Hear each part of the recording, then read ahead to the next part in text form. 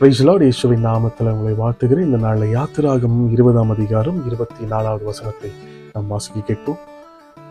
என் நாமத்தை பிரஸ்தாபப்படுத்துகிற எந்த ஸ்தானத்திலும் உன்னிடத்தில் வந்து உன்னை ஆசீர்வதிப்பேன். என் நாமத்தை பிரஸ்தாபப்படுத்துகிற எந்த இடத்திலும் உன்னிடத்தில் வந்து உன்னை ஆசீர்வதிப்பேன் என்று சொல்லி வசனம் சொல்கிற தெய்வஜனமே, இன்னைக்கு நம்ம ஆசீர்வாதம் பெறாம இருக்க ஒரே காரணம் என்னன்னா, தேவனுடைய நாமத்தை பிரஸ்தாபப்படுத்தாமலும் தேவனுடைய நாமத்தை மகிமைப்படுத்தாமலும் நாம் செய்கிற சில காரியங்களாலதான் இன்னமும் கூட நம்ம ஆசீர்வாதம் பெறாம இருக்கிறோம். நம்ம ஆசீர்வாதம் பெறணும்னா ஒரே வழி என்னன்னா, இந்த நாமத்தை பிரஸ்தாபப்படுத்துகிற எந்த ஸ்தானத்திலும் உன்னிடத்தில் வந்து உன்னை ஆசீர்வதிப்பேன் என்று சொல்லி வேதம் சொல்கிறபடி நாம் தேவனுடைய நாமத்தை பிரஸ்தாபப்படுத்துவர்களாய், தேவனுடைய நாமத்தை வெளிப்படுத்துவர்களா இருக்கணும். இன்னைக்கு ஊழியத்திலும் சரி, இல்ல பர்சனல் லைஃப்லயும் சரி, நம்ம யாருடைய நாமத்தை பிரஸ்தாபப்பட்டு கொண்டு இருக்கணும்.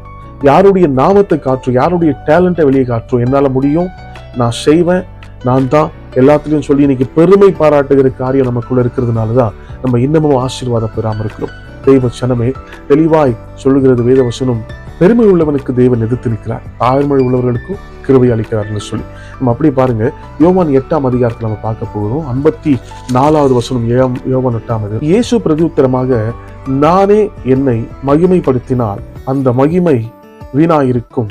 நானே என்னை மகிமைப்படுத்தினால் என் மகிமை வீணாயிருக்கும். மனுஷன் தன்னைத்தானே மகிமைப்படுத்துகிறதுனால தன்னைத்தானே இன்னைக்கு ஊழியத்துல எதை காட்டுறோன்னே தெரியல. நம்ம ஊழியத்துல மாத்திரமல்ல, சபைக்குள்ளேயும் சரி, வீட்டுக்குள்ளேயும் சரி, பர்சனல் லைஃப்லயும் சரி, நம்ம எதை வெளிப்படுத்துகிறோம்?